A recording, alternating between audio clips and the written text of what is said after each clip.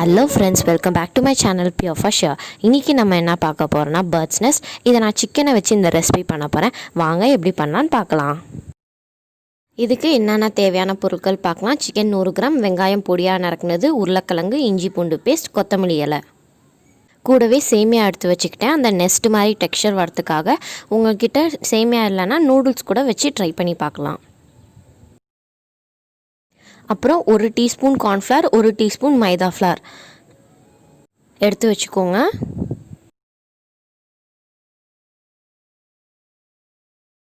First இந்த சிக்கனை நம்ம நல்லா வேக வைக்க போகிறோம்.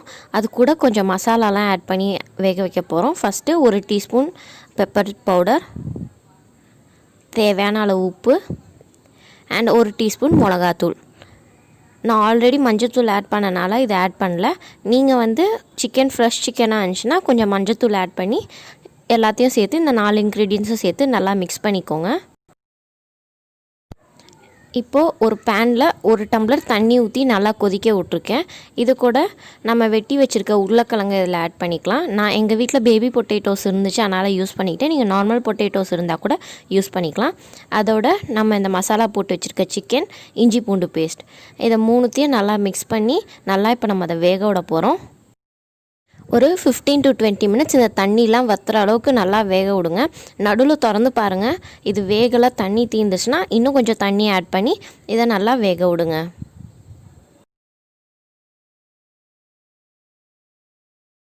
இப்போ பார்த்திங்கன்னா சிக்கன்லாம் நல்லா வெந்துருச்சு. பொட்டேட்டோ ஆல்ரெடி வெந்துருச்சு, அதை தனியாக எடுத்து வச்சுருக்கேன். இப்போ இந்த சிக்கனை நல்லா கையிலே பிச்சு போட்டுக்கலாம். ஆர் மிக்சியில் போட்டு நல்லா ஷ்ரெட்டட் சிக்கனாக எடுத்து வச்சுக்கோங்க. நெக்ஸ்ட்டு ஒரு பேட்டர் ரெடி பண்ண போகிறோம். அதுக்கு 1 tablespoon cornflour, 1 tablespoon maida flour எடுத்து வச்சுருக்கேன். இதுக்கு கொஞ்சம் தண்ணி ஊற்றி நல்லா ஃப்ளோயிங் கன்சிஸ்டன்சியில் லம்ப்ஸ் இல்லாமல் ஒரு திக் பேட்டராக நம்ம இதை ரெடி பண்ணிக்க போகிறோம். இந்த மாதிரி ஒரு கன்சிஸ்டன்சியில் ரெடி பண்ணிக்கோங்க. ரொம்ப திக்காகவும் இல்லாமல் தின்னாகவும் இல்லாமல் ஒரு மீடியம் கன்சிஸ்டன்சியில் இருக்கிற மாதிரி. இப்போ நெக்ஸ்ட் ஸ்டெப் பார்த்திங்கன்னா, நம்ம வேக வச்ச உருளைக்கிழங்க நல்லா மேஷ் பண்ணி வச்சுருக்கேன். அண்ட் இந்த சிக்கனை மிக்சியில் போட்டு நல்லா ஷ்ரெட் பண்ணி வச்சுருக்கேன். பாருங்கள் எப்படி வந்திருக்கு அழகான. கூடவே நம்ம வெட்டி வச்சுருக்க வெங்காயம், கொத்தமல்லி, இதை 4த்தையும் ஆட் பண்ணி நல்லா மிக்ஸ் பண்ணி விட போகிறோம். இந்த ஸ்டேஜில் உங்களுக்கு காரம், உப்பு ஏதாவது தேவைப்பட்டுச்சுன்னா ஆட் பண்ணிக்கோங்க. நான் ஆல்ரெடி போட்டதே கரெக்டாக இருக்குது. இப்போது இது எல்லாத்தையும் நல்லா மிக்ஸ் பண்ணிவிட்டேன். இதை நான் பால் மாதிரி பண்ணி வச்சுருக்கேன். இதை உங்கள் பாமில் நீங்கள் சென்டராக வச்சுக்கோங்க. இது உங்களுக்கு ஒட்டுற மாதிரி இருந்துச்சுன்னா கையில் கொஞ்சம் ஆயில் அப்ளை பண்ணிக்கோங்க. இப்போது சென்டராக ஒரு ஹோல் நம்ம க்ரியேட் பண்ண போகிறோம். ஒரு நெஸ்ட் மாதிரி ஒரு டெக்ஸ்சரில் இருக்கிறதுக்காக.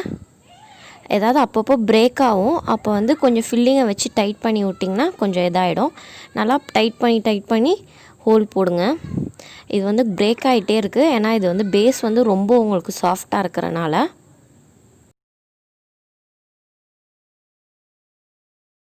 அப்படியே கண்டினியூஸாக ப்ரெஸ் பண்ணி டைட் பண்ணியே விட்டுட்டு இருந்தீங்கன்னா அந்த ஷேப் வந்துடும் கரெக்டாக உங்களுக்கு. உங்களுக்கும் இதே மாதிரி உடஞ்சிச்சுன்னா அப்செட் ஆகிடாதீங்க. இது கார்ன்ஃப்ளவர் மைதா ஃப்ளவர் பேட்டரில் போடும் போது இது கரெக்டாகிடும். இப்போ பார்த்திங்கன்னா நல்லா ஷேப் வந்துடுச்சு. நெக்ஸ்ட்டு இந்த மைதா மாவு கார்ன்ஃப்ளவர் பேட்டரில் போட்டு நல்லா கோட் பண்ணி எடுக்க போகிறோம். அன்ஃபார்ச்சுனேட்டாக இது உள்ளார போட்டோன்னே இது நல்லா ஃபுல்லாகவே பிரேக் ஆகிடுச்சு. அப்புறம் ஓரளவுக்கு அப்படியே மேனேஜ் பண்ணி இதை நம்ம ஃபுல்லாக கோட் பண்ணி எடுத்துட்டேன். இப்போ வெளியே எடுத்தோன்னே இது கொஞ்சம் அப்படியே ஸ்டிக் பண்ணி விட்டோன்னா நல்லா ஒட்டிக்கிச்சு பாருங்கள். அண்ட் அகெயின் ஒரு நெஸ்ட் ஷேப்புக்கு நான் அப்படியே ஷேப் பண்ணிக்கிட்டேன். நெக்ஸ்ட்டு இந்த சேமியாவில் நல்லா இப்போ அதை கோட் பண்ண போகிறோம். நல்லா ஃப்ரண்ட் அண்ட் பேக் நல்லா கோட் பண்ணிக்கோங்க. இப்போ ஒன்றும் பயப்பட தேவையில்லை, இது நல்லா ஸ்டிஃப் ஆகிடும். நெக்ஸ்ட்டு இது நல்லா கோட் பண்ண பிறகு நம்ம ஃப்ரீசரில் வச்சு எடுத்து தான் இதை நம்ம இப்போ ஃப்ரை பண்ண போகிறோம். ஃப்ரீசரில் வச்சு எடுத்திங்கன்னா இன்னும் நல்லா ஸ்டிஃப் ஆகிடும். இதுக்கு மேலே நம்மளுக்கு உடையாது. ஃப்ரண்ட் சைடும் திருப்பி எங்கெல்லாம் பேட்டர் தெரியுதோ அங்கெல்லாம் அந்த சேமியா வச்சு நல்லா ஒட்டி விட்ருங்க. சென்டரில் மட்டும் இருக்க சேமியாவை எடுத்துருங்க, கொஞ்சம் ஹோல் தெரிகிற மாதிரி.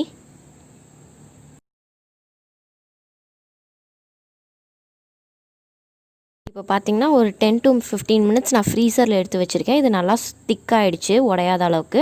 இப்போ ஒரு கடாயில் எண்ணெய் விட்டு நல்லா ஹீட் ஆனோடனே இதை வறுத்து எடுக்க போகிறோம். ஃப்ரண்ட் அண்ட் பேக்கு இது மெதுவானல்லே வச்சு வருங்க. அப்போ தான் இது சேமியாலாம் கருகாமல் இருக்கும். இந்த மாதிரி ஒரு கோல்டன் ப்ரௌனுக்கு வறுத்து எடுத்துக்கோங்க. அப்போ தான் கிறிஸ்பியாகவும் இருக்கும், ஒரு நெஸ்ட்டு மாதிரி டெக்ஸ்சர்லேயும் இருக்கும். இது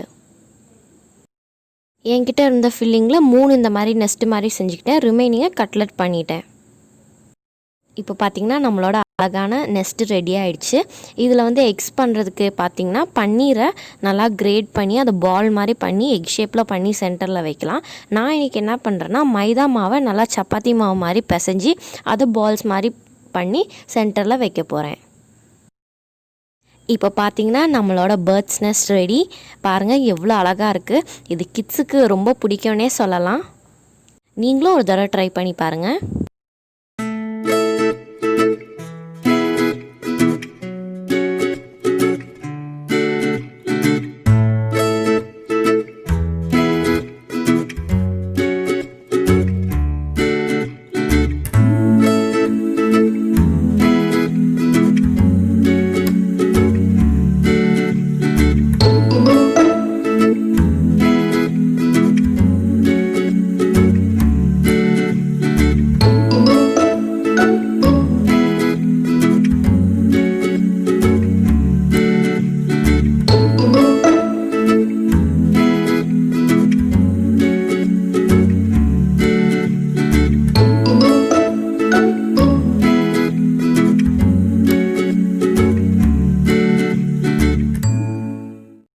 என்ன ஃப்ரெண்ட்ஸ், உங்களுக்கு இந்த ரெசிபி பிடிச்சிருக்குன்னு நினைக்கிறேன். ஸோ மறக்காமல் சப்ஸ்கிரைப் பண்ணி லைக் பண்ணுங்கள் அண்ட் உங்கள் ஃப்ரெண்ட்ஸ்க்கு ஷேர் பண்ணுங்கள்.